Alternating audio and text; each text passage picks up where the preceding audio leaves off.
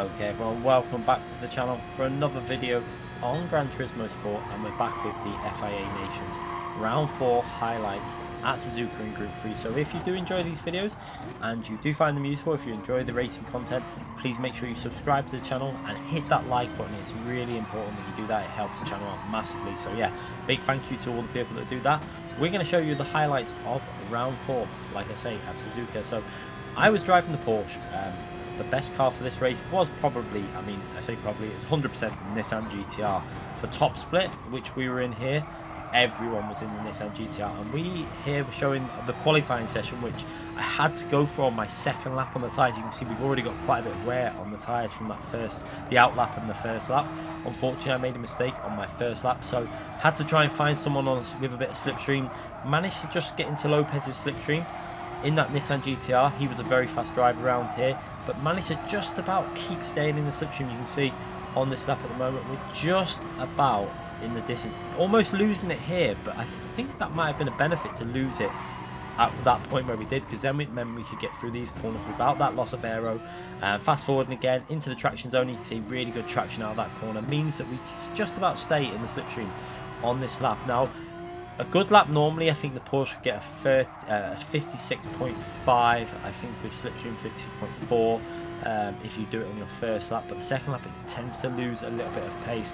But luckily on this lap we're just about hanging into that slipstream to mean that we might be able to rescue a qualifying, because you can see at the moment we're down in P14 and we're having to do this lap on the second run, which is quite rare that you're going to improve your lap on that second run. But thankfully we managed to go over the line with a 56.8, which I was pretty happy with. That is a pretty good lap for our second lap on the tyres, which meant we started in P8. And you're going to see what I'm talking about with regards to this race being absolutely dominated by the Nissan GT-R. So yeah, this is top split. I think the top points, this was slot number 4 of the day.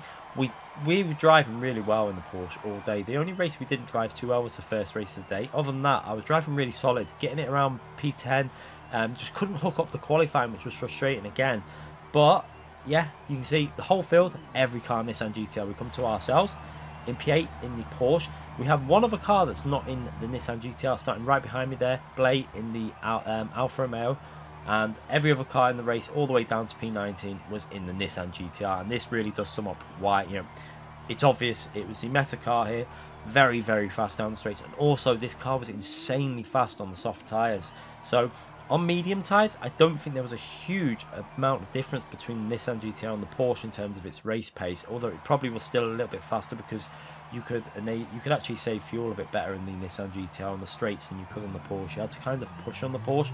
However, we did do that testing session the day before, so I knew the Porsche could actually save a bit of fuel here, even when you're pushing, as long as you don't over rev it. That is one reason why I picked this car. It's quite strong in terms of fuel at saving when you're not just maxing out the rev range, as long as you're still pushing at a reasonable level. So starting from P8, let's see what we can do in this race. You can see P7 there warming up his tyres for going into turn 1.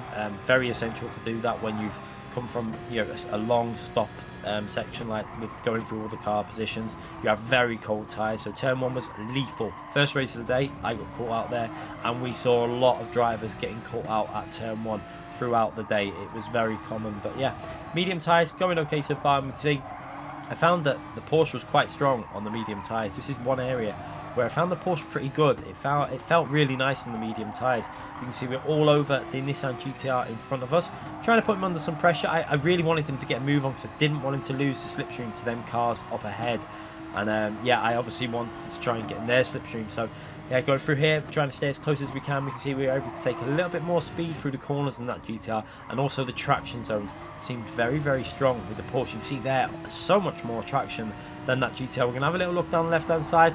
Are we going to be able to go for a dive? We brake, and you can see we're all over the rear. And again, on the traction zone here, you can just see how much better the Porsche was. Look at that traction advantage. However, the problem we've got now is the power of that Nissan GT-R. It's almost as if we're walking compared to someone running. Look at that, straight back past us. All we can really do is sit in that slipstream and maybe save a bit of fuel while we're behind them in this situation. However, yeah, we want to get past him. We don't want to be sitting behind him for too long. You see, we did actually break the slipstream to the Alpha behind us. However, the Alpha has quickly got back into it as we're getting a little bit held up by this Nissan GTR. But we're going to keep going and seeing if we can manage to get ourselves as close as possible for a braking zone or something. So one opportunity would be going into the final chicane here. So trying to stay very close, although I slightly missed the apex. You could see it there. Just missed the apex a bit and just not able to dive it. Too risky to go for a move there from that far back. So decided to just hang back a little bit here and try and get a good exit. However, in that dirty air, didn't really get the power down nice. And yeah, we got a little bit loose. So we dropped back about 3-4 attempts there. So we're around the half second mark behind him. And yeah, not really going to be in a position to go for a move into turn 1 now. So this means it's probably going to be another lap of getting stuck behind the Nissan GTR, because there's not much what the Porsche can really do in terms of overtaking that car through this, you know, these twisty sections. It's strong, the Porsche, but you can't really overtake on that first sector anyway. This is an overtaking opportunity, not close enough there. Again, you can see on that traction zone just how much better the Porsche was over the Nissan GTR. That was one area where you could always gain a little bit on the GTR. And then we're coming to the straight now.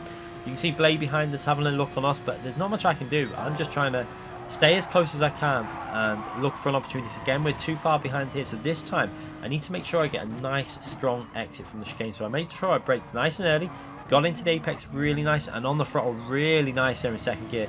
That is going to be a huge help now. You can see we've got a really nice exit and we've got a nice bit of slipstream now. Can we go for the move into turn 1? I don't think he's going to go defensive. You're going to see, I think he was just trying to play it kind of like with racecraft. He's just going to let us through and then probably try and use my slipstream for a bit as we go through here. And you see behind us in the mirror, you see Blay actually goes for a bit of a cheeky move up on the inside there. Yeah, it was a bit aggressive, but I think it was fair. The door was open, but the GTR with the extra power, that's not going to work. The Alpha just hasn't got the power to get past the Nissan GTR. So now first aim is to try and break that slipstream. So we're going to really push on these next few laps. You can see what you can see I'm doing with the revving. You'll see that I'm changing gear just as the bar fills up. Now with the Porsche, normally you rev it really out. You really rev the Porsche out to get the most out of it. However, I'm changing gear just before it, and this will mean you don't lose a massive amount of speed. It's only fractional, but what it will mean is that you're going to gain a bit in the fuel department. So you can see the fuel, considering we're pushing quite aggressively, is not too bad in the Porsche. It's a pretty nice car for saving fuel when you're driving quite aggressive. So yeah, we've got that gap to Lopez in front of us. You can see it's around about 2 seconds, just under 2 seconds, 1.8 seconds. And you can see at this stage, the medium tyres are not that different to the medium tyres on the GTR. It's not a huge difference. We've managed to drop the cars behind us, which is perfect because we're not going to have to worry about them. And again, you can see we've got no slipstream though. This is the only frustrating thing. Throughout the whole day of racing, I didn't really get much slipstream in any of the races. We had to do it on pure pace, which in the Porsche was going to be very difficult. But you can see going into this final sector now, we've fast forwarded now to the end of lap 6, and I decided we're going to go for a pit stop here, do 6 laps on the mediums, then we're going to go and do 1 lap on the hard tyres. Now this is an extremely risky strategy because you're putting yourself further back, but it's something, if you get free air, it can work. If you come out with no traffic, it sometimes can work. As we fast forward that pit stop, and we're going to come out and see what happens here.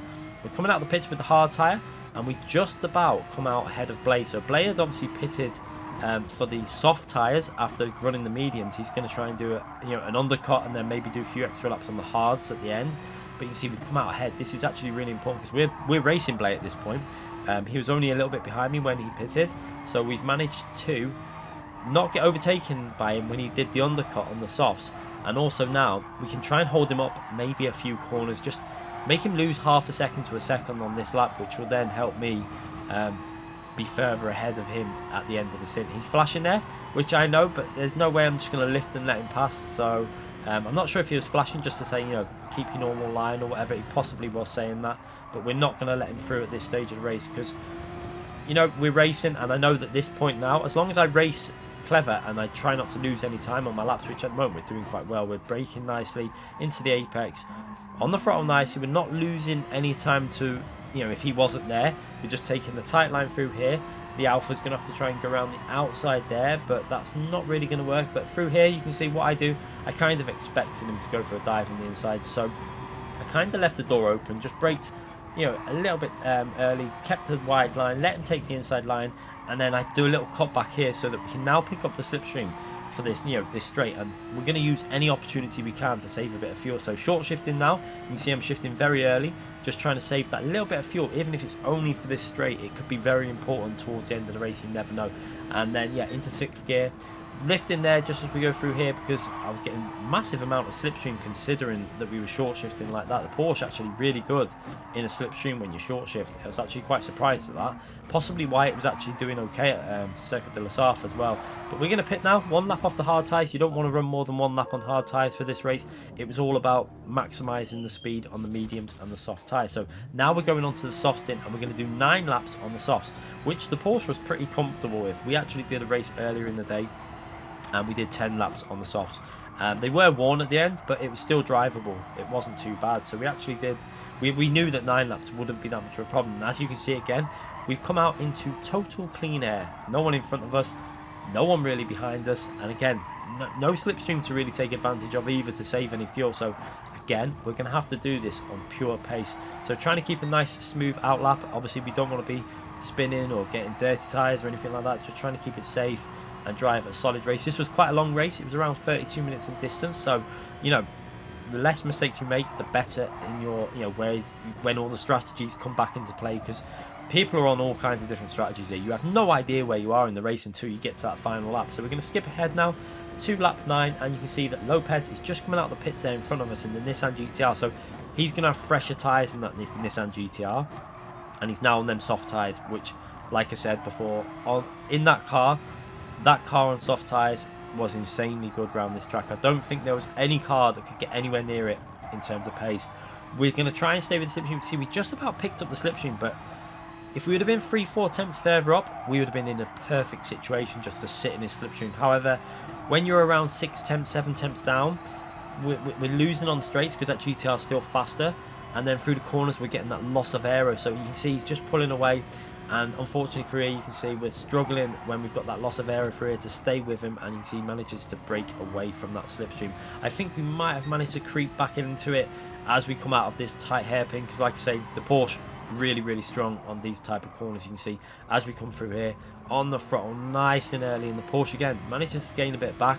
However, it's not enough of a slipstream. You can see that Nissan GTR will still manage to just break out of the slipstream. So unfortunately there, that was really close. If we had been half a second further up, we would have had the slipstream and also been able to do a bit of fuel saving, giving us more fuel at the end to push, better tyres. It's so frustrating. Also, we would have got a massive gain in speed because that Nissan GTR was so fast. But unfortunately, you can see as we skip along here, we go over line 58.0. You can see how that kind of affected our lap times.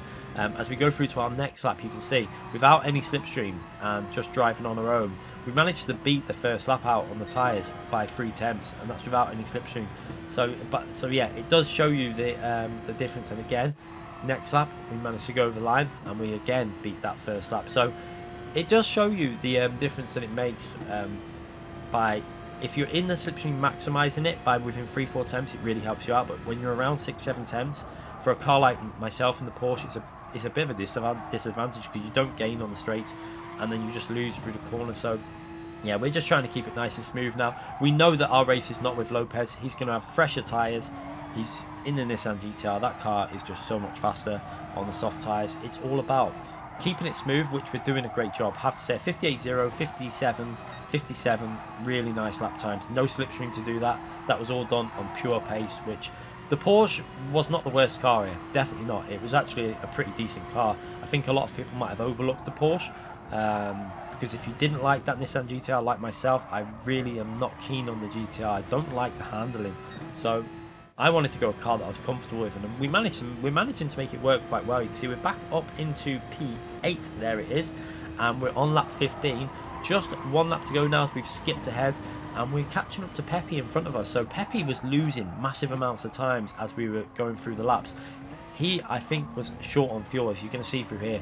He's really short shifted. He is so low on the fuel, and we just get so much more speed. And yeah, we're able to do a little bit of short shifting as we go past him, because we're worried about the fuel ourselves. We can see 0.9, so we're gonna have to be a bit cautious. But as we come down the main straight, we can see that we've got Creaser coming out the pits, and we're gonna have to go for an insane move around here, around the outside with worn tires into turn 1. That is an incredible move if we can make it work, and we've actually managed to do it, overtaking that Nissan GT-R as we go around the outside on 9-lap old tyres as well. I was so happy with that move. That was a brave move as well. We're going to watch that from on board. As we come down the straight, you can see Creaser gives us just enough space, and respectful racing as well. Thank you to Creaser for giving us the space all the way through there. We just about got ourselves far enough ahead that he was kind of forced to give us that space. So a really brave move, especially with the curb on the outside and then worn tyres, and a great move that's put us up to P5 in this race. So we've managed to jump quite a few cars there with this strategy that we're on.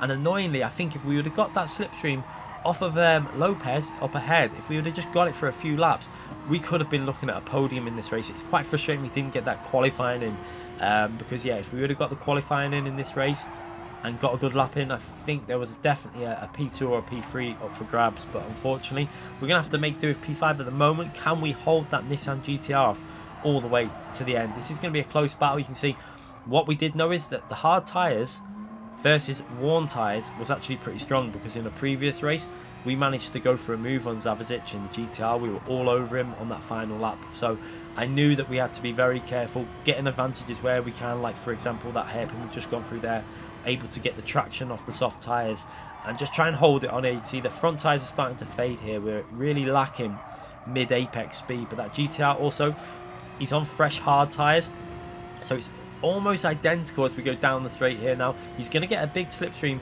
down the straight, and I also have to do a bit of short shifting. I can't rev the car out maximum because I'm very low on fuel.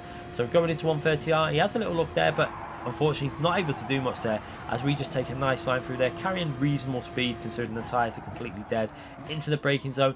Made it work. He's not able to go for a move, and all we've got to do now is hope that we've got enough fuel to get to the finishing line and take a P5 in the Porsche, which I have to say almost felt like a win to get that result in the Porsche in top split with everyone else in the GT-R. It felt, look at that, I mean, with only Porsche in the top 10, there's no other cars other than GT-Rs pretty much in the race. So absolutely over the moon with that result. P5, a reasonable amount of points, 24 points, sorry. Pretty good result. I didn't expect to get that with the Porsche, and I was well and truly happy. So remember, if you did enjoy this video, make sure you hit that like button, subscribe to the channel, and we'll be back with more videos and live streams in the future. Thanks again for watching, everyone. Bye.